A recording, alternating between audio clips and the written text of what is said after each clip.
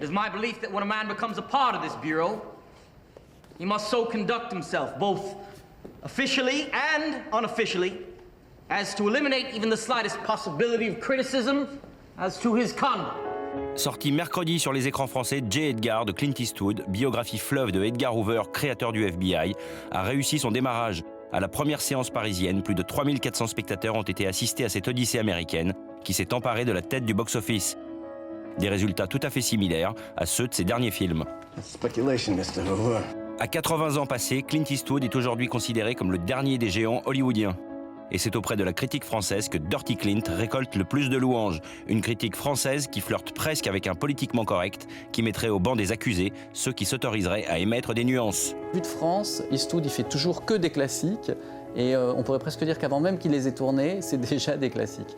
Il y a quelque chose qui est presque pas net, c'est-à-dire qu'effectivement, aucun autre cinéaste américain, et pourtant il y a des cinéastes américains qui sont infiniment plus intéressants qu'Eastwood, mettons Coppola par exemple. Coppola, qui a fait quand même des bien plus grands films que Eastwood, n'a le droit à ce traitement de faveur. Et j'ai vraiment l'impression que c'est une virilité, et en même temps une virilité douce, accueillante, inclusive, englobante, réconciliante, parce que Eastwood, c'est vraiment un cinéaste maintenant de la réconciliation. Mon hypothèse sur cette réception-là, au fond, c'est qu'il y a quelque chose qui se dit là avec le rapport de la France et de l'Amérique, en fait. Et que, d'une certaine manière, Eastwood, c'est le dernier représentant de l'Amérique rassurante. Si nos critiques se sentent aujourd'hui rassurés par l'œuvre d'Eastwood, au début des années 70, à l'époque de ses premières mises en scène, le cinéaste ne jouissait pas d'un tel engouement. On pouvait même alors parler d'aversion. Un rejet hérité des personnages interprétés par Eastwood dans les films de Don Siegel, Dirty Harry en tête. Being this 44 Magnum, the most powerful handgun in the world, and would blow your head clean off. You've got to ask yourself one question. Do I feel lucky? Well, do you, punk? Les gens n'étaient pas habitués à penser qu'un acteur, une vedette, mais pas seulement un acteur, mais une vedette, et une vedette de film de genre pouvait devenir metteur en scène. Il y a une notion de la noblesse du mot mise en scène qui fait qu'a priori un acteur ne peut pas être metteur en scène. Également, cette accusation totalement injuste, parce que ça je sais que c'est faux, qu'il aurait été fascisant, qu'il aurait été ceci, cela. Une des réponses que je pourrais donner, c'est qu'il fait ces films qui sont, disons, qui travaillent sur le mythe américain, et qui plutôt travaillent sur le mythe américain ancien, donc il y a déjà un ton un peu conservateur, une teinte un peu comme ça, républicaine, de droite. Il fait ces films-là dans les années 70, à l'époque où en France, alors la critique de cinéma, et pas que la critique de cinéma, mais la critique de cinéma est particulièrement à gauche, voire maoïste, trotskiste, etc.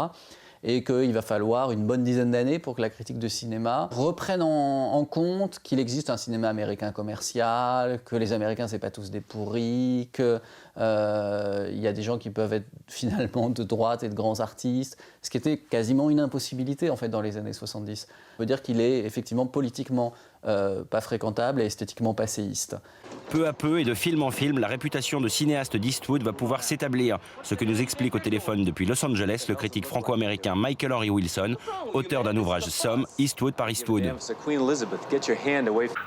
crois que pour la critique et pour les cinéphiles, le film qui a vraiment marqué un tournant, c'est José Wales hors la loi.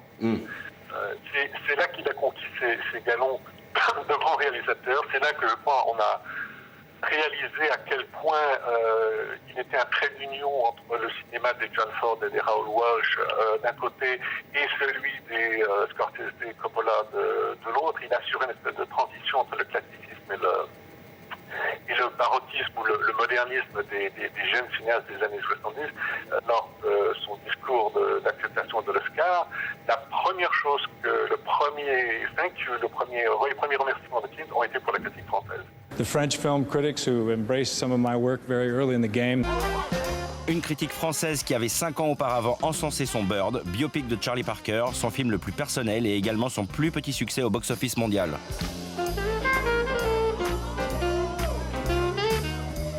à partir de Bird, il a en France une presse totalement dithyrambique et c'est dans certains endroits, et puis ça va s'étendre et ça va devenir de plus en plus, d'une certaine manière, incontrôlable. Depuis, Eastwood est devenu un monument, icône américaine que la presse française vénère religieusement.